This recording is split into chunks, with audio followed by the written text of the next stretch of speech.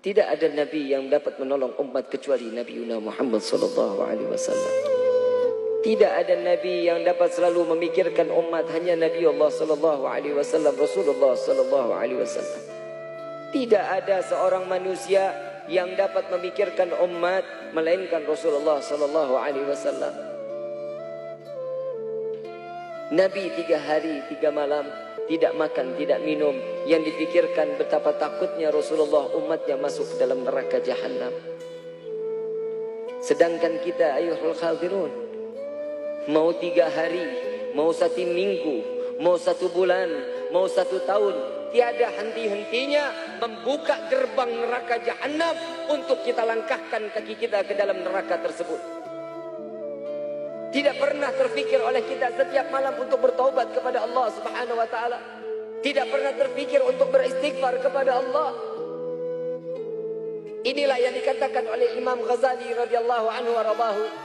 Al-Imam Ghazali mengatakan hijrah tersebut dari tempat yang satu ke tempat yang lain, dari yang buruk menjadi kebaikan.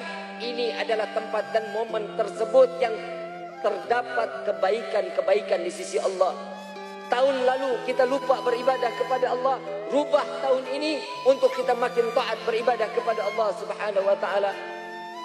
Sudah cukup kita membuat sedih hati Nabi sallallahu alaihi wasallam. Di dalam riwayat yang lain, Siti Aisyah radhiyallahu anha wa radhaha, beliau tiap malam tidak pernah memandang wajah Rasul sallallahu alaihi wasallam dalam keadaan tertidur. Sampai Siti Aisyah melihat Nabi dalam keadaan beribadah kepada Allah. Siti Aisyah mendekati Nabi, bertanya kepada Nabi, "Ya Rasulullah, apa yang kau lakukan sehingga setiap malam aku tidak pernah memandangmu dalam keadaan tertidur atau terpejam matamu, ya Rasulullah?" Apa jawaban Rasulullah? "Ya Aisyah, apabila aku menjamkan mataku, siapa yang akan menangisi umatku agar mereka terselamatkan dari api neraka jahanam? Setiap malam aku harus menggelar daripada sorbanku, ya Aisyah. Tidak kurang dari 1000 rakaat aku salat taubat kepada Allah. Aku khawatir tatkala umatku dia lupa saat dalam keadaan sakratul maut, dia lupa bertaubat kepada Allah. Aku mengharap kepada Allah agar salat taubatku ini dapat menambah daripada taubat umatku." Setiap malam Nabi 1000 rakaat salat taubat untuk umatnya. Pernahkah kita berterima kasih kepada Sayyidina Muhammad? Pernahkah kita mengucapkan syukur kepada Allah bahwa kita diciptakan oleh Allah sebagai umat Nabi Muhammad?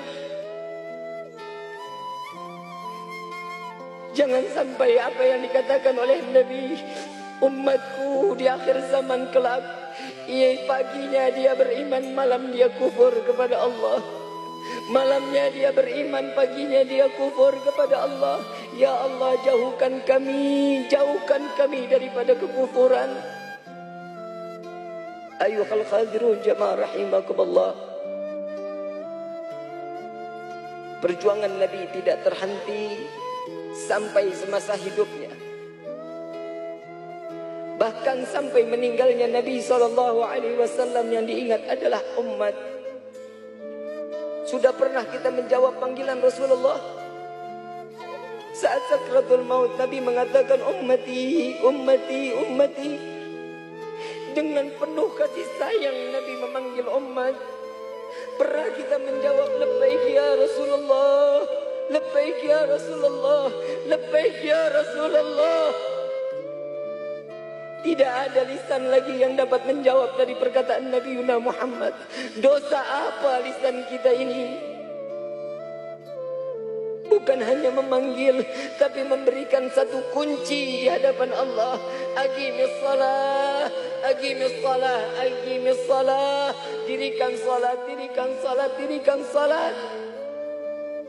Ini yang dikatakan oleh baginda Nabi Muhammad sallallahu alaihi wasallam.